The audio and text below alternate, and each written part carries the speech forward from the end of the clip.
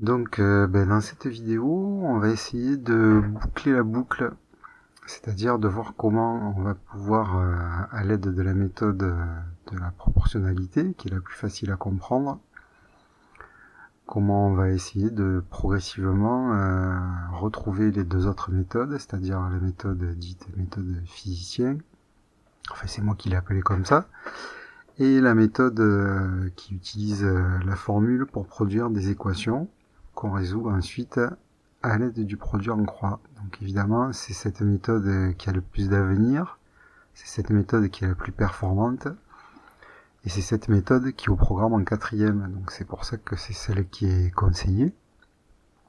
Donc comme je l'ai dit dans la vidéo cette méthode, ce qu'on va apprendre à faire avec cette formule, ça se fait en fait avec toutes les formules qui lui ressemblent, et Dieu sait qu'il y en a en physique. Et en mathématiques, ça va servir notamment en trigonométrie où ça deviendra incontournable. Donc la méthode proportionnalité, certes elle est plus facile, mais elle est de plus bas niveau. Donc il ne faut pas s'en contenter. Et vous allez voir qu'en fait, les deux autres méthodes, donc, et comme le produit en croix d'ailleurs, en fait, ce sont des choses qui sont complètement dérivées de la proportionnalité. Donc si je pars de cette méthode proportionnalité, mais que le nombre qui est dans la case vide, que je cherche, qui répond à mon problème, je le note avec la lettre T. Donc il sera mon inconnu. Et bien dans ce cas, je vois que si j'utilise la définition de la proportionnalité, à savoir qu'on multiplie dans toutes les colonnes par le même nombre pour passer de la première ligne à la deuxième ligne, je vois que le nombre par lequel je multiplie dans la première colonne, le nombre qu'il faut multiplier par t pour trouver 240, toujours grâce à la définition du quotient, je sais que c'est 240 sur t.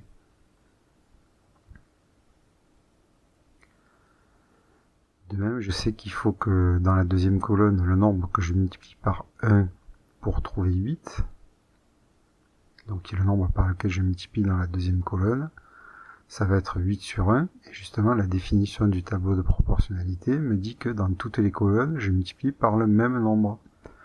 Donc c'est cette définition de la proportionnalité qui va me dire que 240 sur t, c'est égal à 8 sur 1. Donc là évidemment, je vois apparaître une égalité entre deux fractions. On retrouve ce qu'on avait dans la première méthode, sauf que bon, on n'avait pas 8 sur 1, on avait 8, mais 8 c'est pareil que 8 sur 1. Donc c'est un raisonnement qui est en fait beaucoup plus long que de simplement remplacer V par 8, D par 240, et T, on laisse T parce qu'on ne connaît pas, ça prend quelques secondes, alors que vous avez vu, construire un tableau de proportionnalité, penser à la définition de la proportionnalité, c'est beaucoup plus long. Toujours est-il que là, j'arrive à 240 sur t égale 8 sur 1, et je retrouve mon égalité des produits en croix, mon égalité de deux fractions. Et donc, si j'utilise l'égalité des produits en croix comme on a appris à le faire, je vais retomber sur 240 fois t fois 1, 240 fois 1 égale 8 fois t. Et ensuite, je vais dire que t égale 1 fois 240 sur 8. Donc je vais retrouver la règle de 3. D'ailleurs, de toute façon, l'égalité des produits en croix, ça vient de la proportionnalité et ça vient de la règle de 3. Ce sont en fait, toutes ces façons de voir, ce sont des façons qui ont l'air différentes, mais en fait, c'est tout la même chose, quoi. Il y a juste des façons plus rapides que d'autres d'arriver au résultat. Donc, on va voir là maintenant que si on veut retrouver la méthode physicienne, on représente le temps par la lettre T, la distance par la lettre D. Donc j'ai mis T la ligne du temps, la D la ligne de la distance. La vitesse, c'est le coefficient de proportionnalité, donc je le mets dans la bulle. Et là je retrouve donc évidemment que le nombre qu'il faut multiplier par T pour trouver D, c'est V. Donc c'est la dernière colonne de mon tableau de proportionnalité, exactement comme j'ai produit 240 sur t et 8 sur 1, je produis d sur t égale v.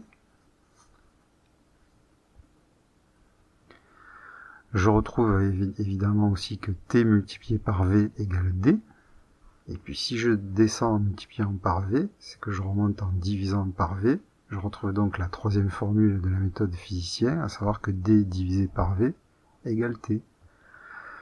Donc avec le tableau de proportionnalité, je retrouve mes trois formules. V égale d sur t, t égale d sur v, et d égale t multiplié par v. Donc encore une fois, toutes les méthodes en fait sont des visions différentes d'un seul et même phénomène mathématique. Et derrière toutes ces méthodes, c'est la proportionnalité qui se cache. Donc toutes ces méthodes ne sont en fait que des améliorations des tableaux de proportionnalité. Donc ça donne des rédactions qui sont beaucoup plus courtes, qui sont beaucoup plus rapides et qui sont beaucoup plus efficaces. Et c'est pour ça qu'on les voit après les notions de proportionnalité, on les voit plus tard, parce qu'elles sont plus performantes et qu'elles s'appuient sur la proportionnalité pour pouvoir vraiment les comprendre. Alors il faut vouloir évoluer, il ne faut pas se contenter de ces méthodes, surtout que là, la proportionnalité, ça marche assez bien, parce que les nombres sont simples, 248, avec des nombres plus compliqués et des divisions qui tombent pas juste. La proportionnalité, ça marche pas toujours bien.